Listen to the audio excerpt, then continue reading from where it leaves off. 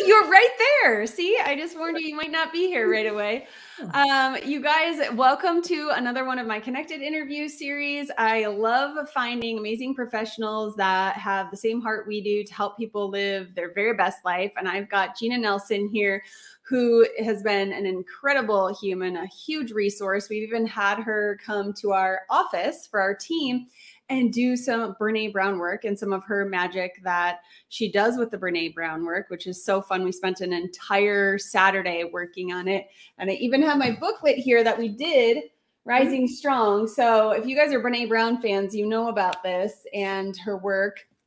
And really a lot about just becoming your best self, but working through emotions with that. And we talked to Gina all about that, which was really, really fun. So what she does falls exactly in line with where we're at in our practice. And especially when people get really stuck in that emotional world, they get really stuck, just in whatever they're telling themselves, how they're feeling, whatever they're doing, how they're offloading stress, some of the terms that we were able to identify with Gina. And she kind of helped us all walk through how that looks in our life with blame and shame and vulnerability and resentment and grief and so many wonderful things. So it was such a great light and there's so many amazing tools that I just had to be able to share this with everyone. So I'm going to ask Gina a couple of questions, but I also want you guys to know that we have a live workshop with her coming up on December 2nd. It's at 6:30. It'll probably take are you thinking an hour, hour and a half, but you're going to be there for questions. So I blocked off 2 hours and just come ready to connect and ready to, open up as much as you want to, but just listening to Gina talk, it's easy to be able to open up. You feel very comfortable and loved, and vulnerability becomes a lot easier in that kind of environment. So Gina, tell us about how you got into this and a little bit about your practice. Sure. Well, I've been a licensed clinical social worker for 21 years, got licensed in California and been there most of my practice. And I worked mainly in a lot of hospitals. I did a lot of crisis trauma work and end-of-life work with hospitals. So people having ruptured brain aneurysms and, horrific accident type stuff. So I was on the crisis side of things for almost 20 years and never got to see people get really healed or well from the emotional standpoint, because they'd get healed medically and they'd leave my unit from the ICU. And then I never got to see the outcome. And I was always a fan of Brene Brown. 2013, I read Daring Greatly, and it just changed my life. And I got excited when I was in the medical world and saw a training that she had, not just for, your basic CEUs that you do, but there was this certification process to actually just go and get trained to do her work. And I was so excited about it. So it was one of the most expensive trainings I ever did, but I said, I've got to do this because I just loved her work. And so once I did that, I was in, I think, June of 2017. I said, I've always wanted to be in private practice. I've dabbled in it, but I was always afraid to kind of walk into the arena, as Brene would say, and take the courage to walk away from the corporate cushy job that had all the perks and the benefits. And after I did her training, I thought, you know what, I need to live this work. And so I just opened my doors and I started a practice and I cut my hours down from the corporate. And by the end of 2018, I completely walked away from a really nice, corporate job and just was solely on my own. And it was so much fun and so invigorating. And I wish I had done it 20-something years ago, So that's just a little bit. And then we just moved here in March. And so I carry my practice in California via telehealth and kept most of those clients. And then I have a physical office really close to you guys in Eagle. Yes, so close, which is super exciting because we can just send people literally around the corner to see you, which has been absolutely incredible. And just watching some of the people that you've already started working with and the changes that they've seen and how they're being able to just, come over or overcome some of those obstacles that they thought were, I don't want to call it a death sentence, but they just thought, they have this label that's put on them, or this thought that they put on themselves to be like, this is how it always is. And I'm what were we just talking about? Oh, you said you're just dysregulated, right? Right, You just, right. that's Well, such a great word. A label, right? I mean, the buzzwords, you know, I've got anxiety, I've got depression, or people go, I'm so bipolar, because like they're emotionally all over the place, you know, and it's like more often than not, they don't really have that kind of a diagnosis. They're just emotionally dysregulated, and they're getting activated by their environment. And that's why this workshop we're going to do on the 2nd on polyvagal theory is going to be really helpful for people, because it helps us. I mean, I work on the nervous system from the emotional side, where you guys are working on it from both the physical and the emotional. But, you know, obviously I'm not a hands-on kind of person with, you know, the touch. It's more of looking at how does our nervous system go from parasympathetic to sympathetic fight and flight, and what are the cues and the danger centers that we are picking up from our environment, and which ones are real and which one are perceived dangers that aren't really real, because more often than not, it's the perceived danger and how our nervous system reacts that causes us to have that fight and flight anxiety or fall into a depressed state.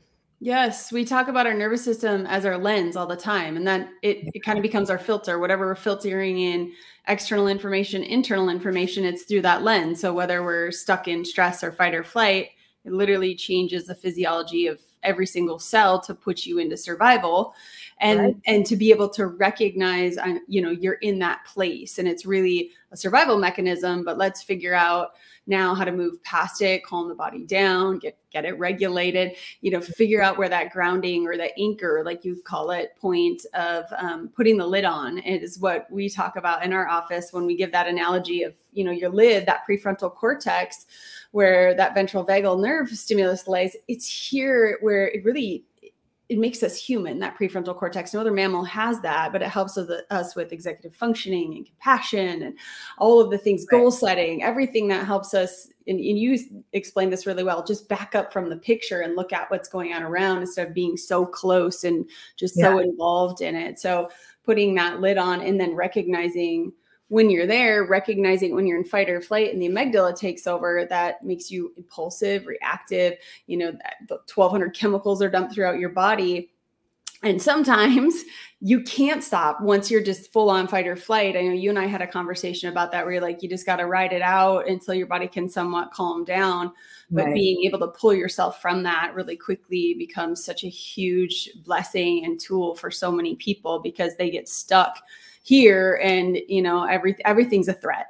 Everything's a threat. Everyone around them as a threat, and that is their filter and their lens. So, and then when you bring in the other part of the, you know, polyvagal nerve theory, talking about that dorsal, where you're in disconnection and shutdown and numbing, and you know, those negative emotions that are coming with that, where you're completely immobilized and not, you know, don't have the energy to do anything. And what can you recognize there? So that's some of the stuff we're going to work through on the 2nd, which is super exciting, especially when you can do, you know, hands-on, and you can really go into depth with that. So it's been such an awesome thing to have you just fall just beautifully into place with our patients, who can give them other resources, professionals, and help them recognize what's going on inside their body. Inside this book too, that I was looking at, what we were doing, one of the other things, and I know that we're not going to have time to cover it probably on the 2nd, but we were looking at this huge list of values,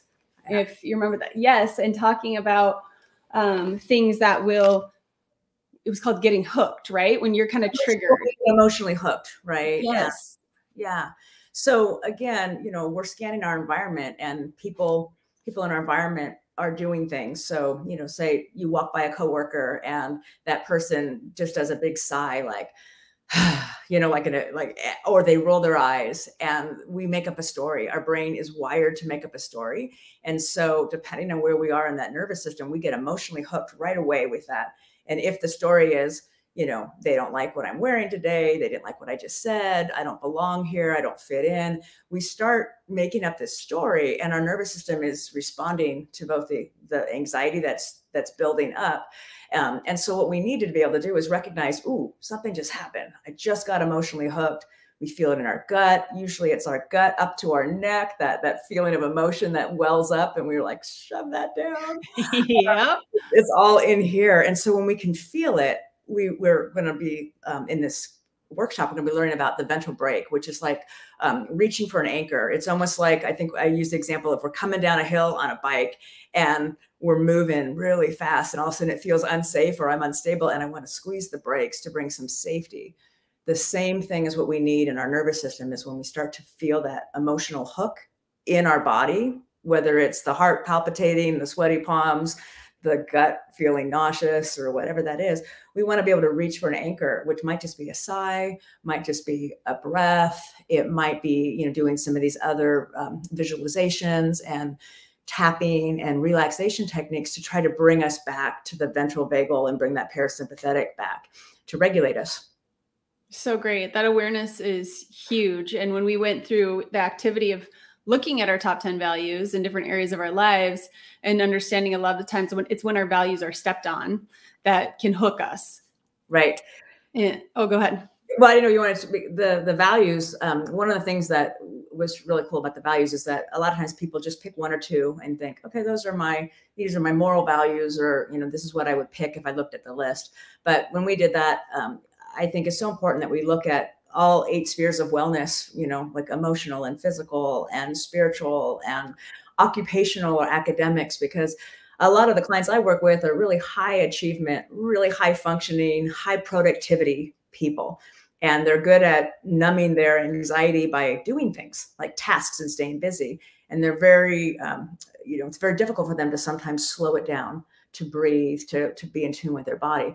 And so sometimes our values get so out of balance because we're chasing achievement, we're chasing external validation, we're chasing productivity, and we say, we really want balance or wellness, but we do nothing to really embrace this because all we do is spend time here. So we have to look at they're all equal if there are values. So we have to look at what do we need to let go of a little bit, or how can I let go a little bit of this one and raise this one up so that they're more on equal playing fields. And so once we really know our values, then we can recognize, ooh, I got hooked because somebody stepped on one of my values. I think we use accountability.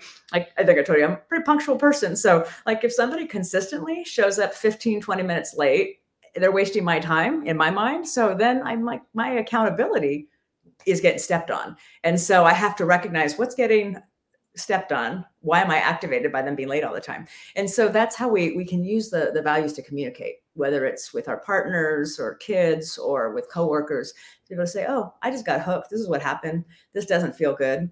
Can you tell me a little bit more about why you're always late? Because it kind of bugs me. Yeah.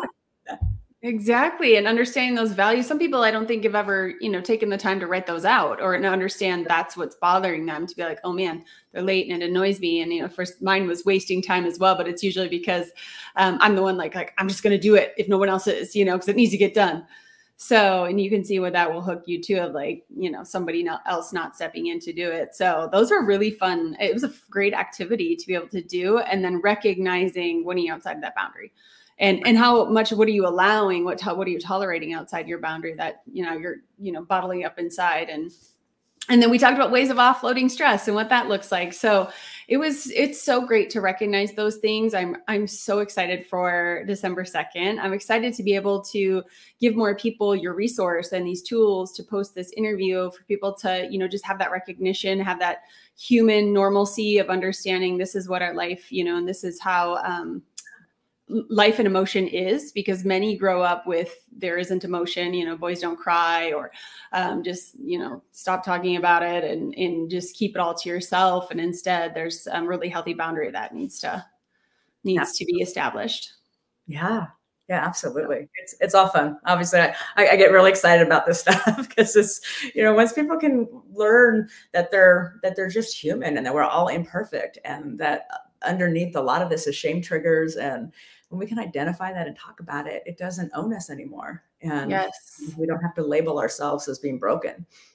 Absolutely. I love that. And even talking, I know you started working with a lot of teens too, and that's some of that we've referred over there. And that's a wonderful thing for them to recognize young. So even if you've got a teen, bring your teenager with you. Anybody that's going to, you can see could really use this work that's going to benefit their life, everybody's welcome to the workshop. We have a lot of space now in the office. So the more people, the better, and the merrier. And being able to just even, talk it out with other people, I think will be great. Wonderful friendships are always formed at our office during these events. So I'm so glad that you're here. This is Gina Nelson again with Authentic Gains. She's just around the corner from Purpose Driven Chiropractic. I'll have her information as well on the email and in the comments on here. So anyway, you need to get a hold of her. She's there. And when are you in practice in Eagle? Monday through Wednesday? Is that what I saw your hours were?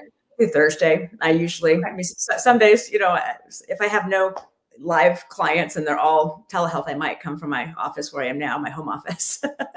but otherwise I like to be there because it's just nice I love being in person. So having that kind of combination of some live in-person clients and the telehealth is a good mix for me. So wonderful. And it's such a great little space. So I appreciate you and your time and everything that you do. You have a wonderful weekend. You too. Thank you so much. And I look forward to seeing you all on the 2nd. Okay. Yay. Thanks, guys.